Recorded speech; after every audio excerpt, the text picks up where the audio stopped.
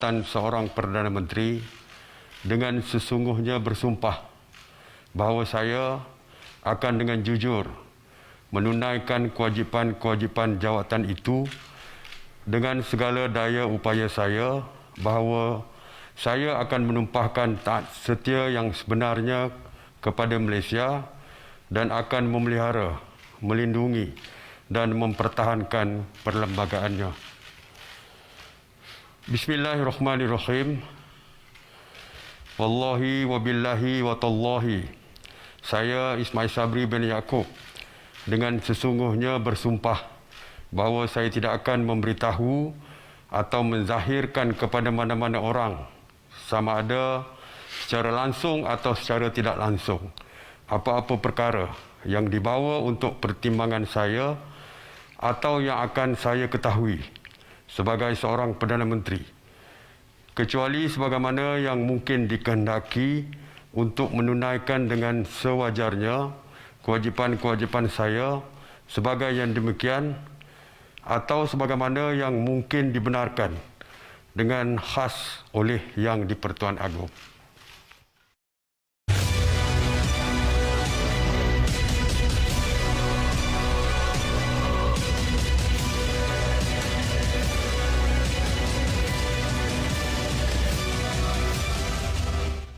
Dan pada hari ini 21 Ogos memeterai satu lagi sejarah baru di dalam senario politik tanah air. Malaysia memiliki Perdana Menteri yang baru selepas polemik yang tidak berkesudahan sebelum ini mengharapkan agar keputusan dan kebijaksanaan yang ke bawah duli Yang Maha Mulia Tuanku pelantikan ini berdasarkan proses yang berpandu kepada suluhan perlembagaan. Maka kita menerima Datuk Seri Ismail Sabri Yaakob sebagai Perdana Menteri dan pastinya cabaran yang akan digalas juga bukanlah cabaran yang kecil dengan pandemik yang tidak berkesudahan ini, juga memalitkan cabaran ini kepada sektor ekonomi dan juga politik. Tentunya di dalam kesempatan juga julat masa yang relatifnya lebih pendek, maksima setahun setengah begitu, dan ini semua expectation ataupun pengharapan rakyat yang harus dipenuhi, dan kita mendoakan agar Malaysia ini akan terus terbimbing dengan penuh ketulusan, keikhlasan untuk kita keluar daripada kemelut ini.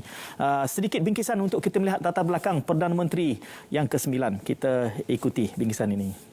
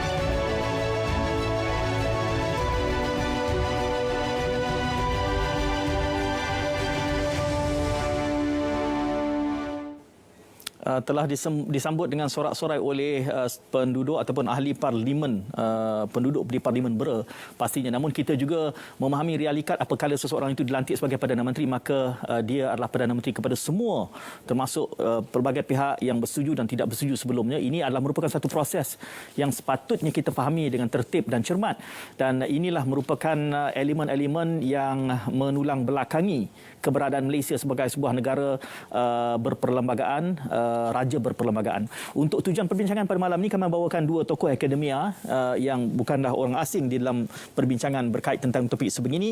Bersama menemani saya di studio adalah Datuk Profesor Dr. Syam Rahayu Abdul Aziz, penyandang kursi Institusi Raja Melayu, Universiti Teknologi MARA.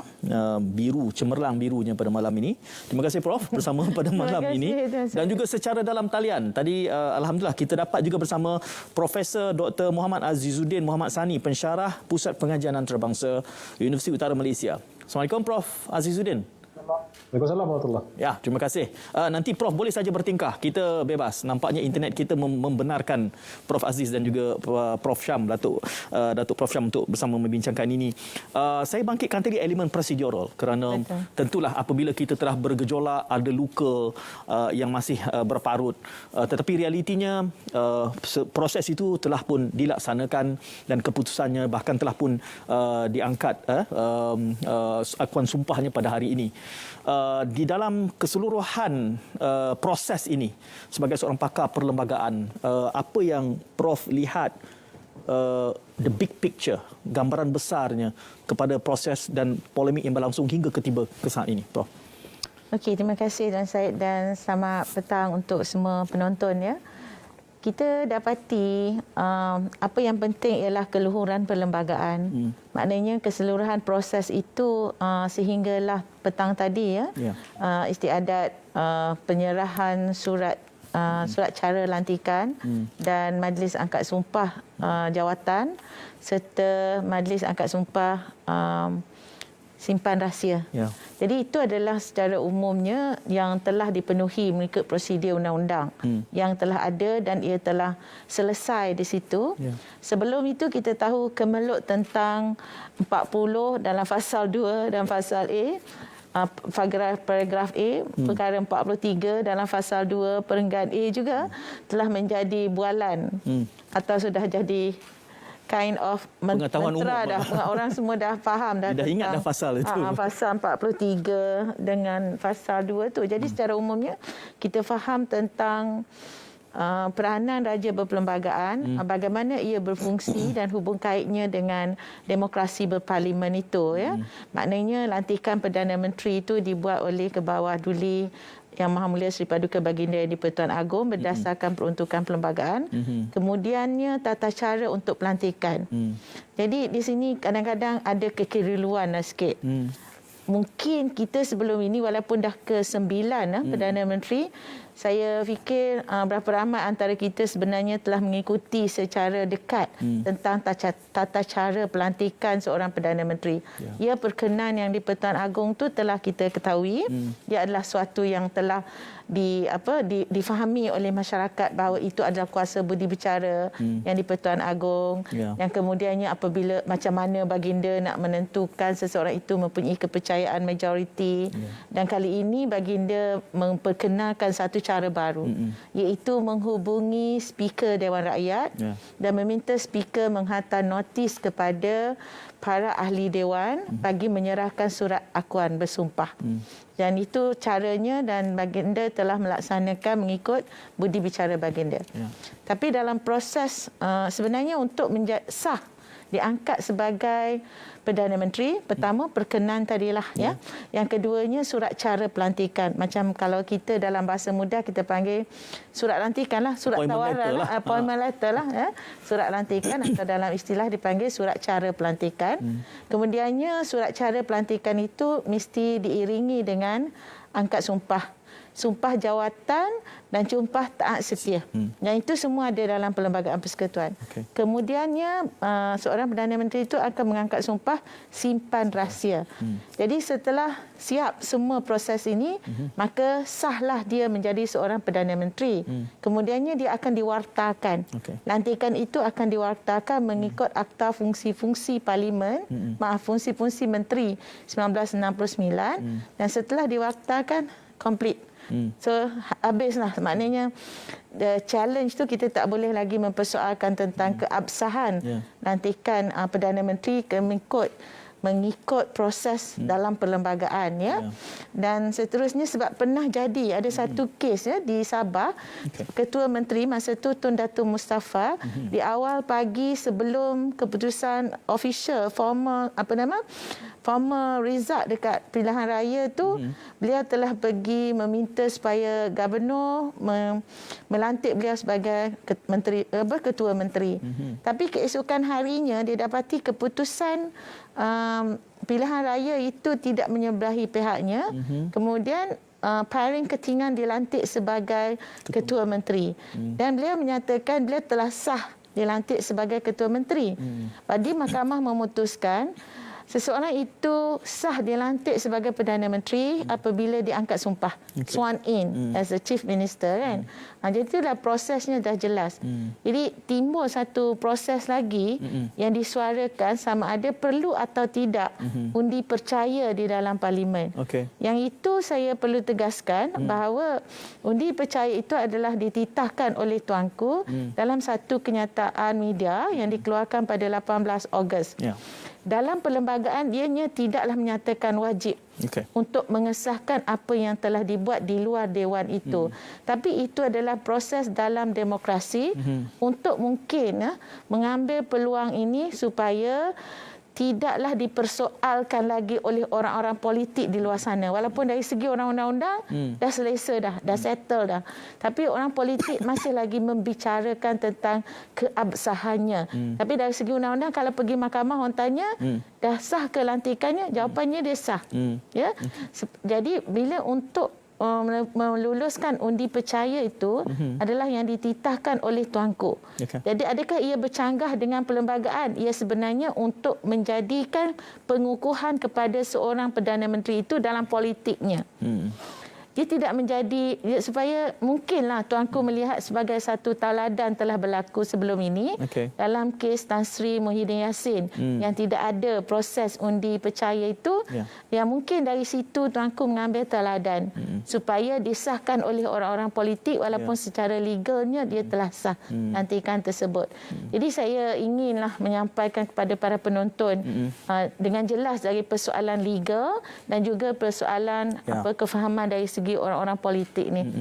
Saya rasa itu sajalah dulu. Mungkin ada soalan susulan, nanti saya beralih dulu kepada Prof Aziz secara dalam talian ya.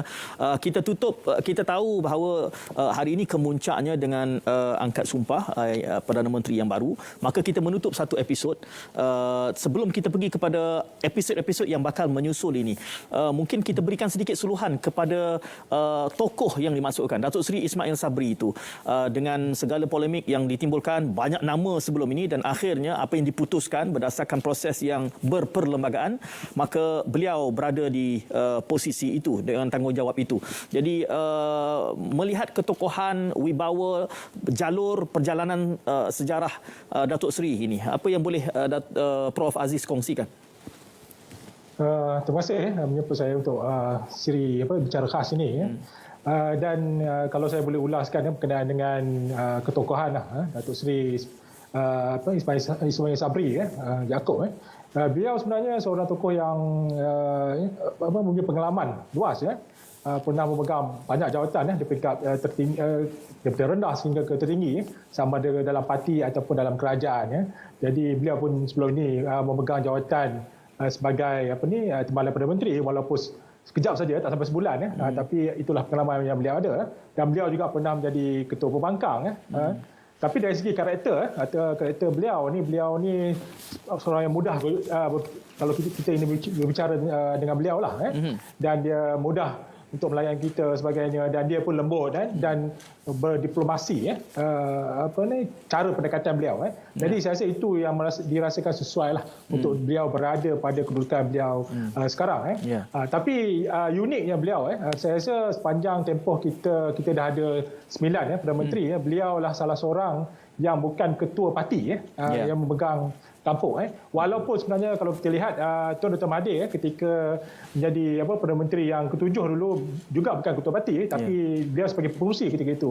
Tapi dia memimpin Parti Bersatu.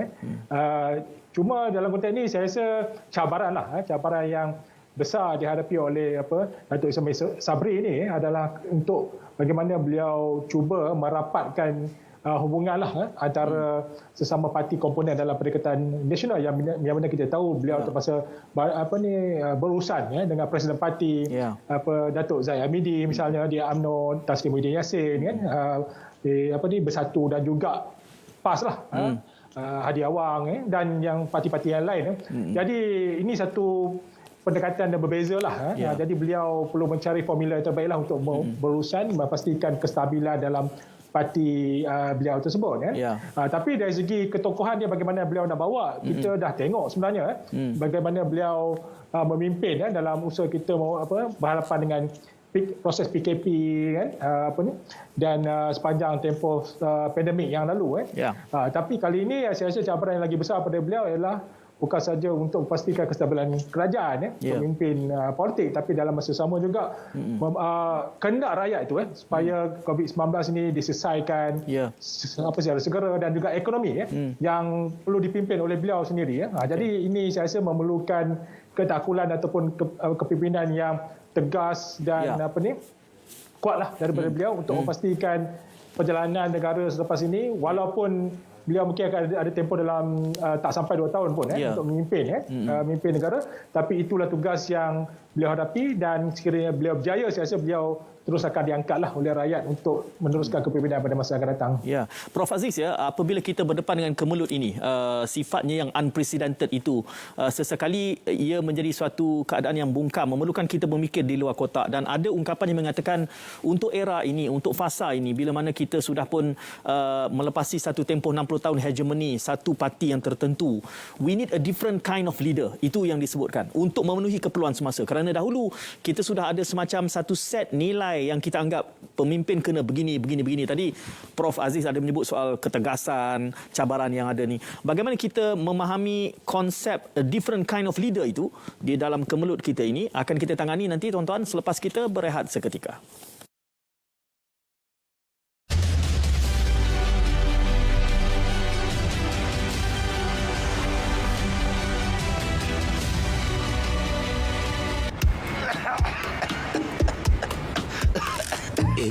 Bahaya ni.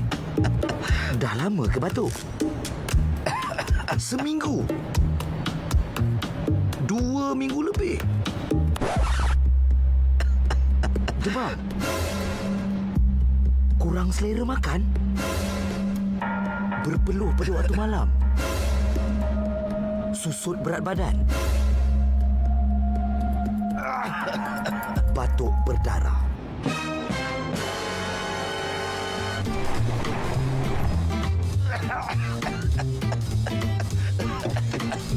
Jika anda mengalami batuk lebih 2 minggu, kurang selera makan, susut berat badan, demam, berpeluh di waktu malam dan batuk berdarah, TB boleh menyebabkan kematian jika tidak dirawat. TB boleh menyebabkan kematian jika tidak dirawat. Terdapat 6 langkah yang perlu anda ikuti untuk memastikan proses suntikan vaksin berjalan lancar. Pastikan anda telah memuat turun, mengaktifkan dan mengemaskini maklumat peribadi di dalam aplikasi MySejahtera.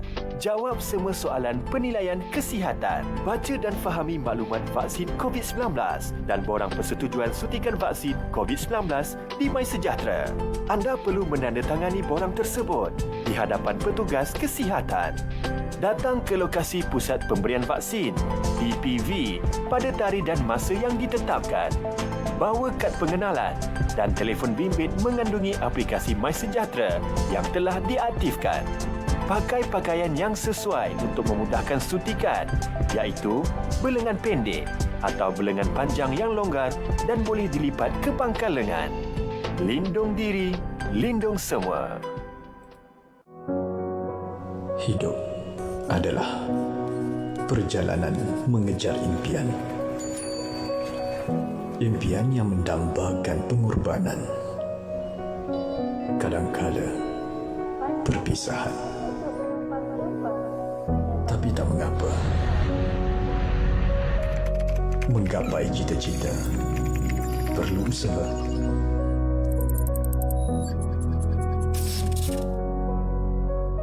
Menggenggam kejayaan demi dia, demi negara yang tercinta. Cinta dalam nada sejahtera. Salam merdeka buat semua.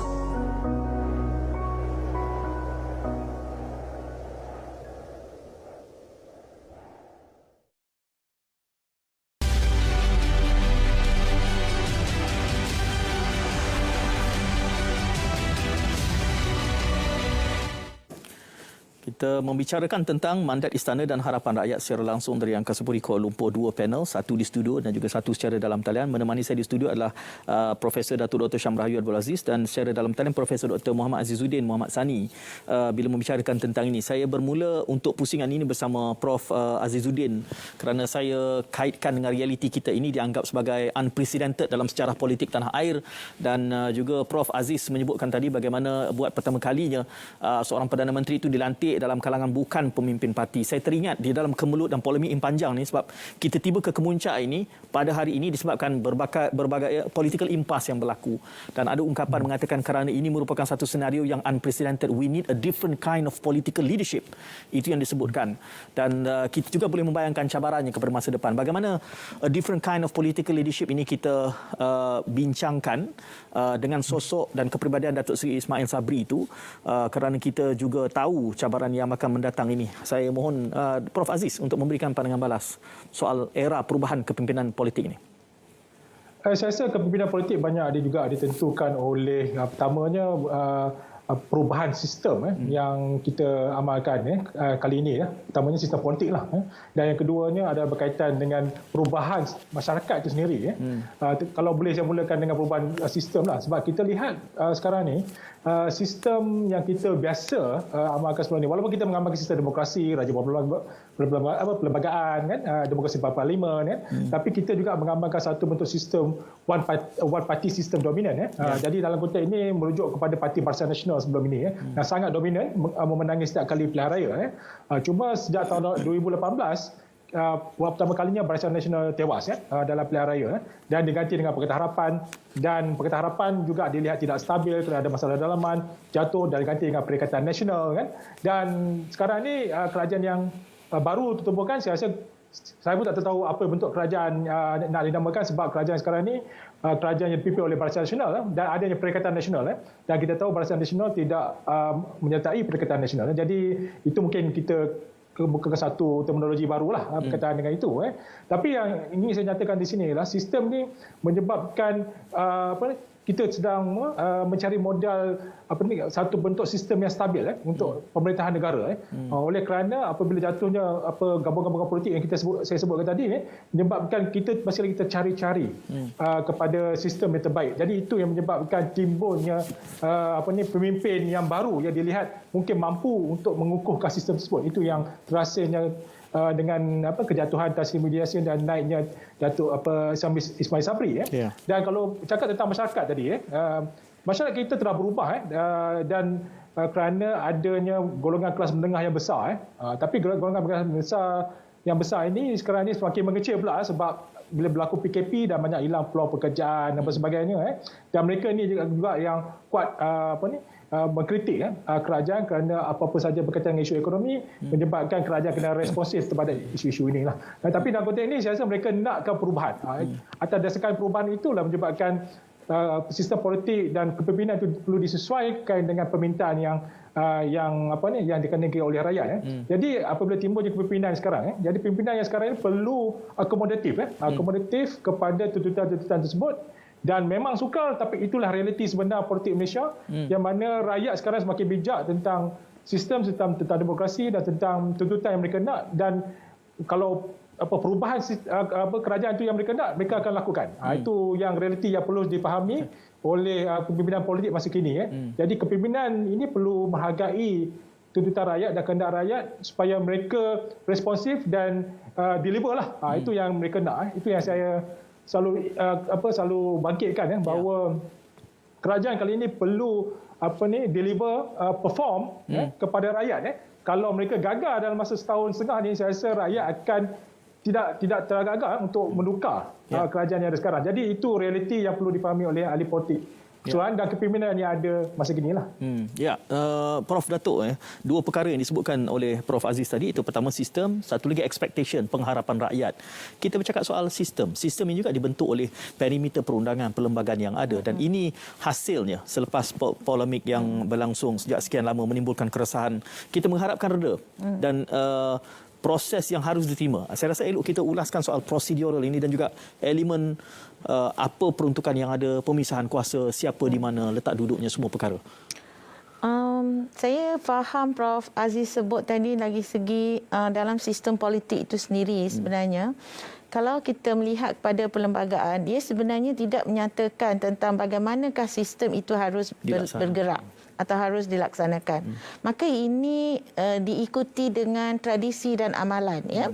Mungkin keselesaan selama 60 tahun dengan satu parti coalition yang memerintah itu, maka kita agak dan kita melihat apa yang berlaku di luar negara, kita agak apa orang kata, kita mahu melakukan perubahan, terutamanya apabila berubahnya the masses tu kan, masyarakat sekeliling tu telah berubah kerana mereka juga mempunyai pandangan-pandangan seperti Prof. Aziz sebut, masyarakat kelas menengah ini yang lebih terbuka dari segi pendidikan dan juga dalam zaman globalisasi dan juga era digital teknologi ini kan. Jadi di sini kalau kita merujuk kepada perlembagaan, tidaklah banyak bantuan yang boleh didapati dalam perlembagaan itu sendiri. Cukuplah sekadar kebebasan berpersatuan dan syarat-syarat untuk menjadi ahli dewan rakyat atau ahli dewan negara. Itu tidak banyaklah macam mana nak mengawal orang-orang politik ni. Tapi dalam perundangan lain ya, contohnya mungkin kita juga pernah berbicara tentang Akta Anti Lompat Parti. Pernah juga berbicara tentang kalau berkaitan dengan dengan parti politik ini, funding untuk fund untuk parti-parti politik. Dana politik. Maknanya dalam perlembagaan dia tidak banyak peruntukan itu. Mungkin di luar perlembagaan itu yang boleh mengawal ataupun diperlukan untuk penambahbaikan dalam konteks sistem parti politik itu sendiri. Satu lagi, dalam perundangan kita mungkin mendengar dalam sedikit masa ini tentang unity government ataupun minority government ya. Di negara-negara luar memang sudah banyak negara yang mengamalkan sistem itu dan negara kita tidak menghalang parti-parti itu membentuk minority government ataupun ahli-ahli dewan itu membentuk minority government, bahkan juga unity government. Tapi kita agak kekurangan perkara di sini, iaitu kita kekurangan dari segi kajian akademik juga, bagaimana ada perlu wujudkan etika ataupun garis panduan, guidelines untuk parti-parti ini sendiri mereka cipta, bagaimana mereka mahu buat kalau unity government, apakah jenis guidelines yang perlu dibuat untuk unity government atau minority government. Sebab contoh di negara-negara lain juga mereka telah mengadakan guidelines sebegini dan ini sebenarnya tidaklah dikawal oleh perlembagaan secara khusus ya. Ia adalah perkembangan dalam sistem parti politik itu sendiri. Jadi mungkin rakan-rakan dalam sains politik lah yang lebih berupaya untuk menambahkan bahan bacaan, bahan perbincangan dan menjadikan ia sebagai wacana terbuka, dialog dalam kalangan rakyat. Dan saya fikir inilah yang rakyat mahu. Mereka perlu diberi peluang untuk dibawa berbincang macam mana nak membina sistem parti politik itu sendiri ya. Sebab perlembagaan ni dia adalah satu undang-undang umum yang meletakkan teras saja kebebasan bersuara, ada hak untuk membentuk parti politik, lepas tu ada juga cara untuk menjadi ahli dewan. Itu saja yang diadakan atau wujud dalam perlembagaan. Prof Datuk Syam dan juga Prof Aziz, kita yang bincangkan malam ni adalah soal mandat istana dan juga harapan rakyat. So ada dua komponen. Mandat istana sudah pun dimaktub mengikut prosedural yang ada. Dan cuma apabila bercakap soal bukan Malaysia saja yang mengamalkan kerajaan minoriti, terdapat negara lain, tapi kelihatannya pengamalannya di sini agak tidak stabil, agak terganggu disebabkan oleh kedudukan minoriti itu boleh saja beralih. Apabila Prof Syam mengatakan bahawa bezanya adalah kerana mungkin pengamalannya di negara lain adalah kerana adanya etika. Dalam keadaan etika itu tidak binding secara legal. Bagaimana itu boleh membina kestabilan dalam konteks pengalaman negara lain tetapi tidak di sini. Sementara bahkan dekri istana pun penafsirannya bercanggah daripada A ke B. Jadi bagaimana kita boleh menyetujui perkara yang hanya sifatnya etika sedangkan dikri istana juga ada perdebatannya. Ini yang menarik untuk kita telaah, sebab tadi pun disebut perlukan kajian akademik yang lebih jauh, tapi kita berehat dahulu dan bersama dua panel ini, iaitu Prof. Datuk Syam Rahayu dan juga Prof. Muhammad Azizuddin. Teruskan bersama kami.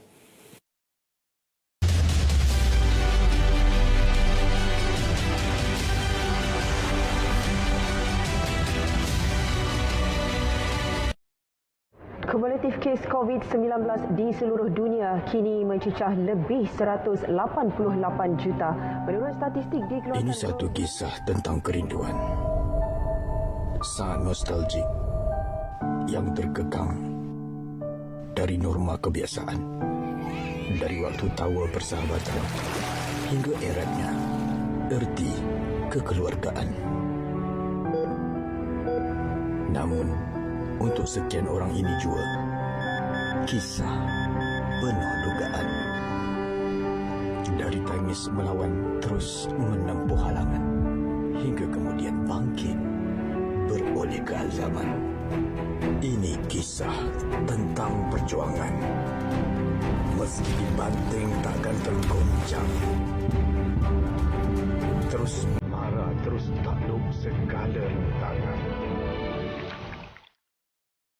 Untuk meraih erti senyuman demi menggapai nikmat kebebasan. Selamat Hari Kebangsaan Malaysiaku. 50% daripada kanak-kanak berinteraksi melalui media sosial tanpa pemantauan ibu bapa, manakala 60% kes serangan seksual melibatkan kanak-kanak. Alam cyber telah menjadi sebahagian daripada kehidupan dan penyumbang ke arah kemahiran intelektual. Dengan teknologi yang sentiasa berevolusi, dunia dalam talian kini boleh diakses pada bila-bila masa melalui peranti elektronik. Sebagai ibu bapa, anda perlu sedar bahawa anak anda boleh terdedah dengan ancaman seperti buli cyber, seksual, menjadi ketagihan internet, terlibat dengan permainan dalam talian yang melampau serta ke arah penipuan dalam talian atau scam. Jadilah ibu bapa yang hebat di alam cyber, proaktif, mendidik, bersahabat, mengawal selia dan memimpin mereka. Sentiasa bijak, sentiasa selamat bersama ke arah kesejahteraan cyber.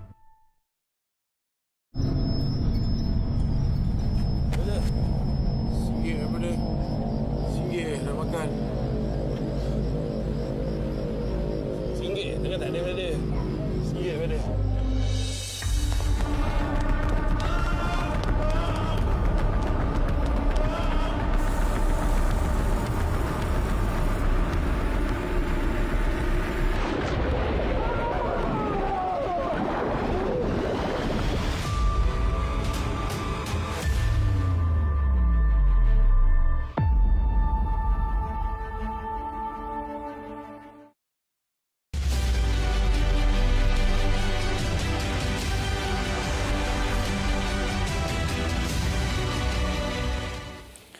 Mandat Istana dan Harapan Rakyat dibincangkan secara langsung dari Angkasa Puri Kuala Lumpur. Dua panelis bersama di studio, Datuk Profesor Dr. Syam Rahayu Abdul Aziz, dan secara dalam talian adalah Profesor Dr. Muhammad Azizuddin Muhammad Sani, bercakap soal mandat istana ini dengan pelantikan Perdana Menteri yang ke-9. Telah pun disempurnakan acara angkat sumpahnya pada hari ini, petang tadi, dan malam ini kita melihat realiti ini dengan harapan agar semua polemik politik yang sebelum ini berkecamuk dapat diredakan. Itu realiti yang kita mula menyentuh elemen harapan rakyat ini, kerana di dalam sebelum kita berjeda seketika tadi apabila Prof. Datuk Syam Rahayu menyebutkan soal minority government tidak unik hanya Malaysia, amalan negara lain juga begitu, cuma bezanya mereka dipandu oleh etika, dan saya bangkitkan bahawa etika itu bukanlah sesuatu yang binding secara legal.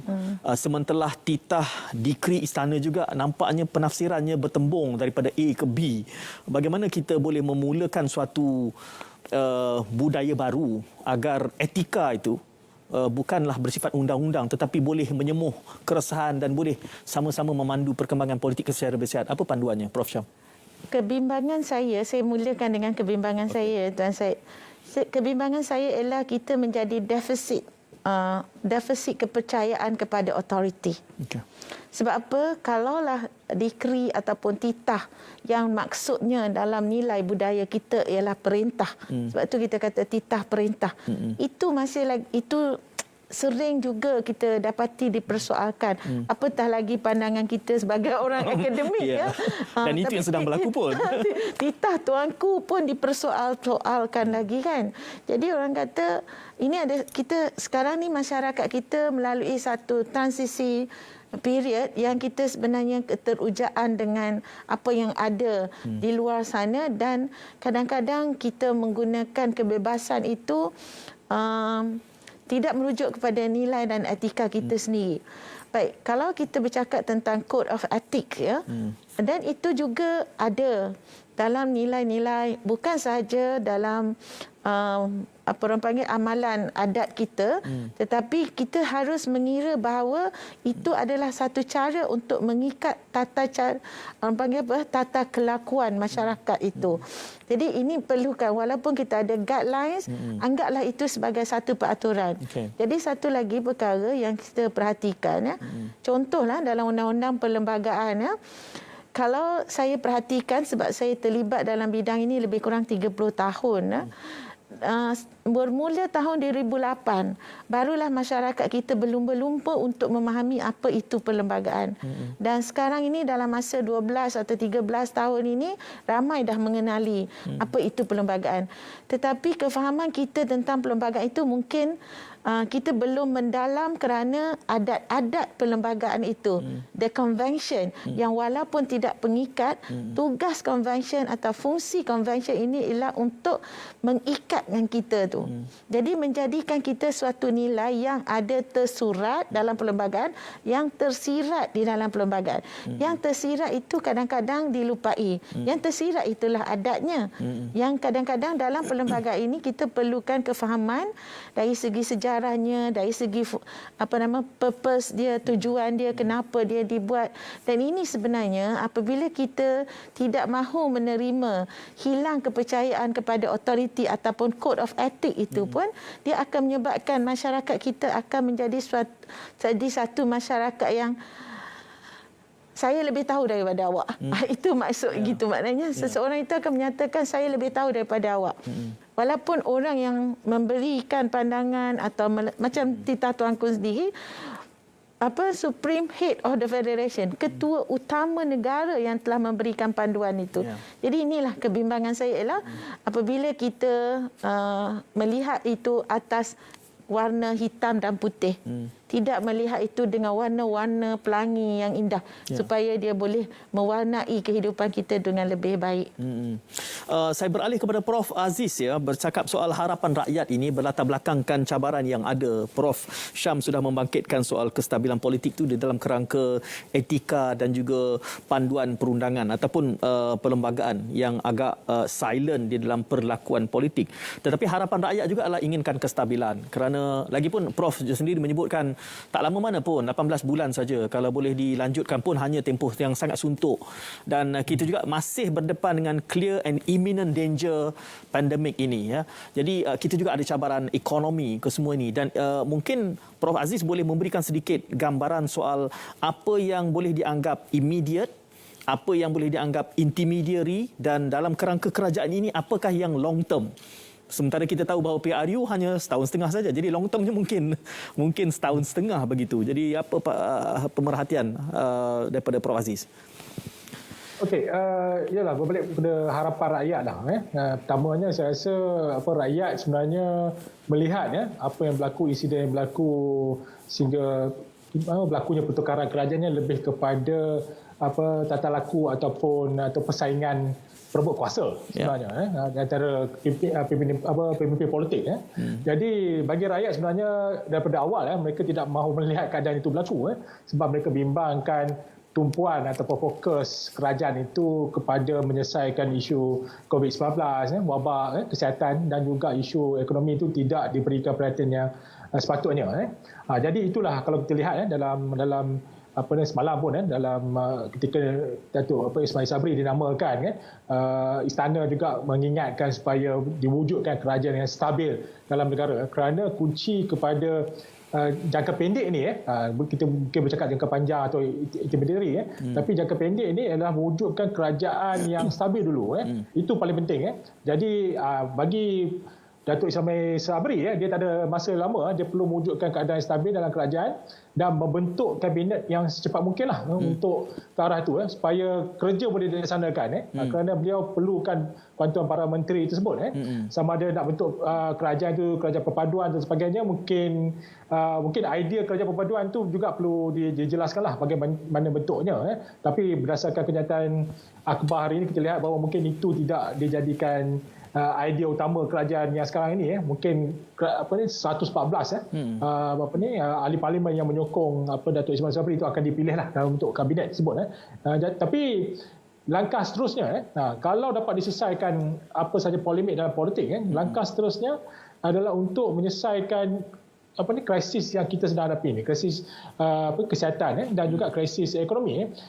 Krisis kesihatan saya rasa kita dalam proses vaksinasi dan saya rasa dalam masa terdekat kita boleh mencapai tahap 80% ataupun 80% imuniti kelompok itu. Jadi kalau kita mencapai tahap itu, maksudnya kita dalam masyarakat agak ada kawalan lah dari segi maksudnya mungkin jangkitan tu akan berlaku tapi mungkin dari segi kadar kematian dari segi kemampuan daya tahan rakyat Malaysia terhadap penyakit COVID-19 ini akan lebih tinggi. Jadi itu yang diharapkan dan itu yang usaha sedang agresif pada masa kini dan kalau kita lihat kalau yang paling penting sekarang ni adalah ekonomi saya rasa cabaran yang paling besar untuk kita hadapi kerana kita sekarang adalah ekonomi yang menguncup dan kita macam mana nak cari idea untuk menggerakkan ekonomi balik, merancang ekonomi balik jadi rakyat perlu ada wang untuk berbelanja dan untuk menggerakkan ekonomi itu yang sebab ada cadangan untuk ditambah baik maksudnya dia beri dikumpulkan satu bajet mungkin juga nanti akan ada dalam bajet tahun 2022 untuk beri rakyat supaya ada wang saku untuk mereka dibelanjakan untuk kehidupan mereka dalam masa tempoh terdekat sehingga mereka mampu untuk berdikari sendiri dan dalam masa sama juga saya rasa peluang pekerjaan kena diwujudkan ditambah lagi jadi saya rasa kalau rakyat dah mula selesa dengan keadaan itu dan juga kadar vaksinasi dan kehidupan dari segi kesihatan rakyat juga telah bertambah baik saya rasa tidak tolak kemungkinan ini impak positif akan diberikan kepada kerajaan yang ada sekarang jadi itu yang saya rasa perancangan strategi yang sangat sistematik perlu dilakukan dan pelan pemulihan negara itu harus diteruskan untuk memastikan matlamat cabaran kita untuk menyelesaikan dua isu krisis yang lain itu dapat dijalankan secara yang terbaik tapi macam mana pun syaratnya kestabilan politik perlu dikukuhkan sesegera mungkin itu yang paling penting buat masa sekarang.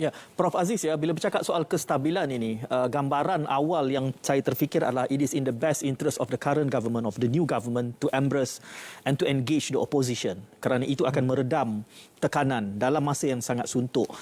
Bahkan ini juga selari dengan apa yang dinasihatkan oleh titah tuanku. Cuma kita yang menonton di Birai ini mungkin melihat itu sebagai sesuatu yang idealistik berbanding mereka yang berada di pentas sepak terjang politik melaksanakan, merasakan, menghayati real politik itu.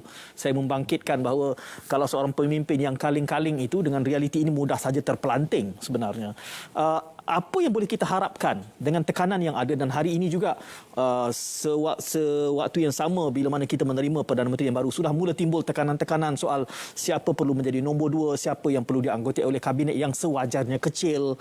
Bahkan itu juga yang menjadi tekanan kepada Perikatan dahulu membesarkan kabinet semata-mata untuk meredam tekanan daripada juak-juak politik yang ada. Dan ini kelihatannya seperti formula yang baik namun melaksananya akan memerlukan suatu weightage yang begitu besar sekali. Jadi bagaimana Prof melihat cabaran itu?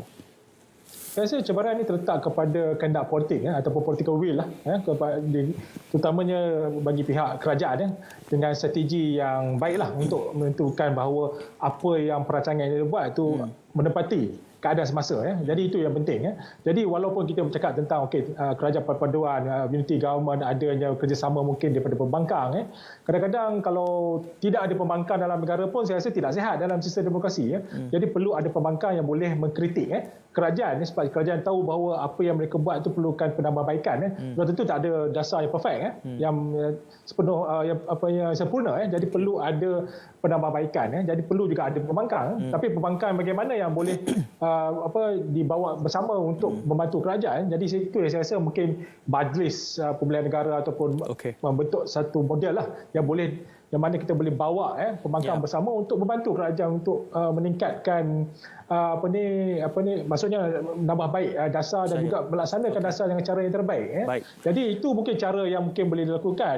Tapi yang paling penting sekali berbalik tadi persoalan timbalan Perdana Menteri lah atau Menteri Kabinet, mungkin akan ada Menteri Kabinet yang juga disisihkan kalau kita nak kecilkan Kabinet. Ini perlukan kebijaksanaan dan saya rasa Datuk Ismail Sabri seorang yang mampu untuk mengawal keadaan tersebut sebab beliau seperti saya sebut di awal, beliau kadar diplomasinya agak tinggi bersama dengan pemimpin lain dan negara rakyat. Dan saya rasa beliau cuba menarik perhatian mereka ni untuk bekerjasama dengan beliau secara terbaik.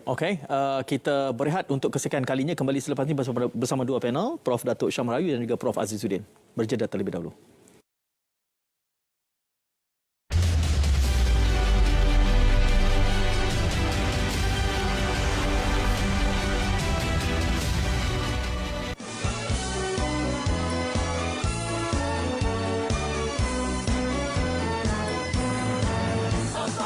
Jalur gemilang, simbol kedaulatan. Ayuh kita kibarkan bersama. Demi Malaysia tercinta, kita harungi bersama. Jalur gemilang, lambang kebersamaan kita. Bukan sekadar selembar kain. Jalur gemilang, tanda Malaysia prihatin. Ayuh kita kibarkan sempena Bulan Kebangsaan. Jalur gemilang, lambang negara merdeka. Bersama kita, budayakan. Megah berkibar, semangat berkobar. Demi Malaysia, kita mesti menang.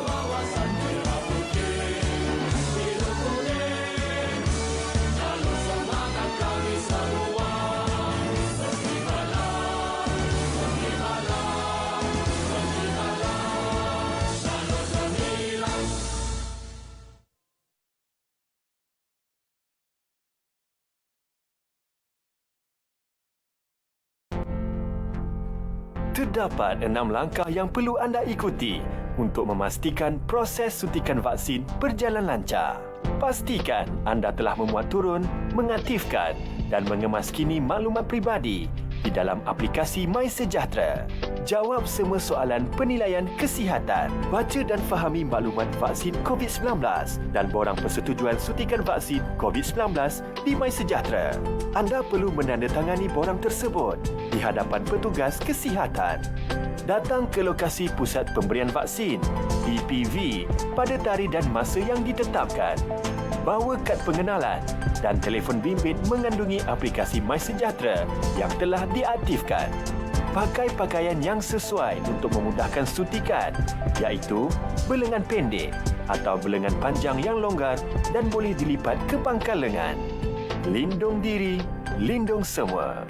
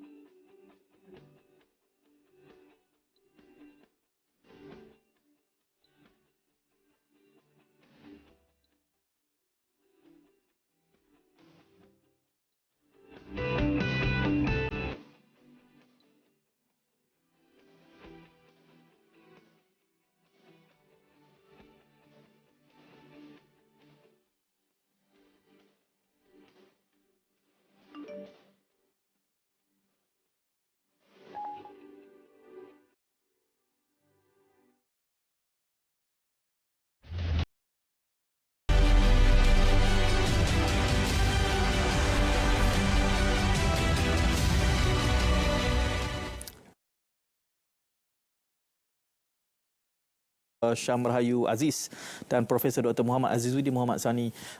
Prof. Datuk Syam Rahayu, ya, pelantikan Perdana Menteri seperkara. Kita tahu juga ada pelantikan timbalan Perdana Menteri dan Menteri Kabinet. Kesemuanya ini perlu dibereskan, saya kira, dalam masa yang terdekat, kalaupun tidak sehingga kepada 6 September nanti apabila Parlimen akan mula dibuka. Jadi apa peruntukannya, bagaimana ini akan berlaku dalam tempoh yang terdekat ini?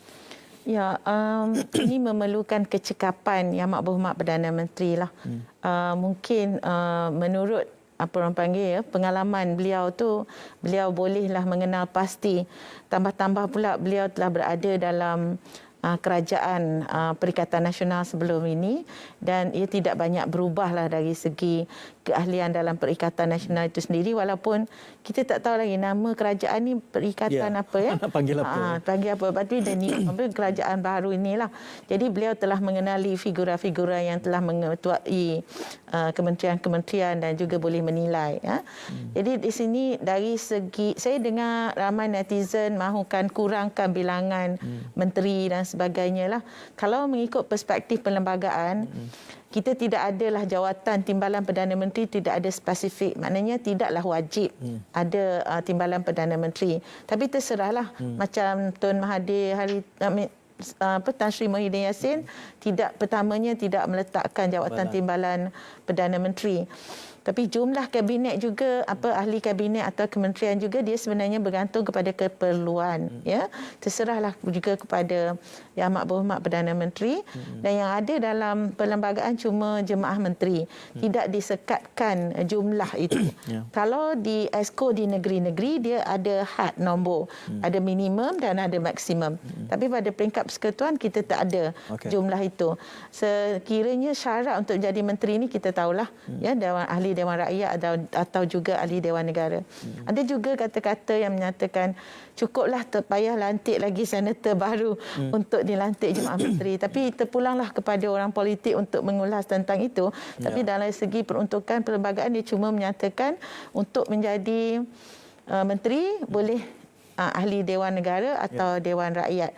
Jadi itulah saja yang singkatnya lah yang ada dalam perlembagaan itu tentang pelantikan jemaah menteri. Tapi wajib ada jemaah menteri itu, tak bolehlah lambat-lambat sangat, sebabnya terutamanya dalam keadaan sebegini, ya. Terutamanya seperti menteri yang bertanggungjawab tentang vaksin dan sebagainya, itu ialah perlu dipercepatkan. Ya. Prof Aziz, ya, keanggotaan di dalam kabinet ini perlu bukan memenuhi, ada strateginya yang tersendiri. Ia boleh menjadi, keanggotaan dalam kabinet itu boleh menjadi kelebihan dan juga boleh menjadi suatu cabaran besar untuk mencapai kestabilan itu. Apa garis-garis besar yang boleh dijadikan panduan sekiranya ingin cuba memenuhi harapan rakyat, Prof Aziz? Ya, saya rasa kena melihatlah apa yang dikehendaki oleh rakyat masa sekarang. Jadi saya rasa tumpuan rakyat jelas mahu penyelesaian pada dua perkara yang saya sebutkan di awal tadi, kan. Tapi dalam masa sama juga kita tahu bahawa ada perkara lain juga yang penting untuk diberi perhatian dalam pembentukan kabinet ini. Misalnya sektor contohnya macam keselamatan, kan, pertahanan, kan, dan juga ekonomi sudah tentulah, kesihatan, kan. Dan juga sektor-sektor macam pendidikan misalnya, yang macam memang ada idea banyak dikelontarkan supaya dikecilkan kabinet ini, dan saya pun merasakan bahawa kalau dikecilkan lagi baik, lagi terurus sebenarnya daripada kalau kabinet yang terlalu besar, kan. Jadi macam ada kementerian macam kementerian alam sekitar kita misalnya, boleh digabungkan dengan kementerian lain, ya. Dan juga kalau ada macam unity misalnya juga boleh diletakkan semula di Jabatan Perdana Menteri, kan. Jadi ada perkara-perkara sebenarnya perlukan perbincangan lah, oleh dan memerlukan kebijaksanaan Perdana Menteri untuk menentukan mana yang perlu dan mana yang harus dilaksanakan lah. Jadi dalam konteks ini saya rasa yalah, dengan pengalaman yang ada dalam pada Perdana Menteri, saya rasa beliau boleh merangka strategi yang terbaik lah untuk ke arah ini. Tapi sekiranya beliau melihat ada lagi juga keperluan untuk membantu kabinet ini, maksudnya beliau boleh mengadakan macam saya disebutkan tadi, majlis-majlis tertentu, jatuh kuasa tertentu yang boleh membantu kabinet dalam buat keputusan yang penting, khusus yang melibatkan isu semasa lah, COVID-19 dan juga ekonomi. Jadi ini saya rasa boleh yang mana orang bukan politik boleh terlibat ahli akademik, teknokrat, profesional boleh terlibat juga membantu kerajaan untuk mencari jalan terbaik lah untuk menyelesaikan apa permasalahan yang wujud dalam negara lah. Tapi dalam konteks ini saya rasa kalaulah di pihak saya pula saya melihat bahawa kementerian macam Kementerian Pengajian Tinggi dan Kementerian Pelajaran harus dikekalkan bagi saya sebab kita tak nak tengok kejap gabung, kejap buka balik, kejap gabung. Jadi kita tak mahu lain itu kan. Dan kalau boleh pun menteri yang sebelum ini pun dikekalkan kan, Datuk Noraini, sebab beliau terpaksa meletakkan jawatan secara paksa kerana menyokong parti menyokong kerajaan yang sebelum ini. Jadi itu terpulang pada beliau lah kalau ingin kekal di situ. Jadi dalam konteks keseluruhannya saya rasa kabinet ni perlulah kabinet yang berkhidmat untuk rakyat. Itu yang penting. Bukan kabinet yang hanya menteri inginkan jawatan menteri dan sebagainya dan untuk kepentingan peribadi. Itu yang saya rasa rakyat tidak mahu lihat. Jadi kabinet yang wujud itu adalah kabinet yang mampu untuk bekerja untuk rakyat dan menyelesaikan isu-isu rakyat semasa. Jadi selagi ini kabinet ini mampu untuk mentadbir dengan baik dan rakyat hargai perkhidmatan yang diberikan, saya rasa ini yang terbaiklah kerajaan yang mampu akan terhasil lah dalam usaha untuk menyelesaikan isu-isu yang berbangkit dalam negara masa kini. Sementara Prof Aziz menyebutkan bahawa kita perlu keinginan untuk mengecilkan kabinet, tetapi Prof Aziz menyatakan bahawa dalam konteks KPT dan KPM tu elok dipisahkan. Itu satu paradoks juga, Prof Aziz. Cuma saya ada sedikit solusi yang saya ambil kesempatan ini. Mungkin KPT itu boleh dikecilkan dengan memberikan otonomi penuh kepada universiti. Otonomi yang betul-betul penuh, yang bukan bersifat pseudo otonomi. Bahkan itu akan menjadi popular kepada kerajaan yang ini. Bererti ada keterbukaan dan keberanian untuk menerima pandangan pakar ini secara bebas. Kalau itu boleh dilakukan, bahkan ia mungkin boleh menjadi merit yang mendapat dukungan dan sokongan daripada kalangan akademia agar kebebasan itu, bahkan ini juga amalannya di negara lain. Jadi kita tak perlu dua kementerian yang sama besarnya. Itu pandangan saya secara peribadi. Tapi dalam hal yang ini, dalam minit-minit berbaki ni, Prof Syam, ada undi percaya juga dalam proses parlimen itu nanti. Apa yang boleh kita nantikan dalam tempoh seminit ini? Ialah untuk mengukuhkan kedudukan kerajaan tu, saya fikir tidak salah untuk membuat undi percaya itu dan kemudiannya ia akan meleraikan persepsi dan itu adalah lebih baik untuk dilakukan oleh pihak Yang Amat Berhormat Perdana Menteri. Apatah lagi ianya telah dititahkan oleh ke bawah duli dan ia mungkin boleh menyenyapkan melenyap dan menyenyapkan dan melenyapkan. Saya sebut meredam. Meredakan. Harapkan dia reda lah. Kita harapkan reda dan secara umumnya dalam minit-minit baki ini saya balik kepada sama ada kita telah mengangkat keluhuran perlembagaan ataupun tidak dalam polemik-polemik ini. Saya serulah supaya kita ni mentelaah perlembagaan itu supaya kita faham apa sebenarnya yang telah berlaku dan ini adalah pengalaman yang kedua dan kita mungkin akan melalui pengalaman ini yang kemudiannya nanti. Jadi untuk mengelakkan daripada persepsi ataupun perasaan prejudis kepada mana-mana institusi, terutamanya institusi raja ataupun memandang suatu itu tidak jelas dari segi perlembagaan dan masalah ini kita untuk belajar.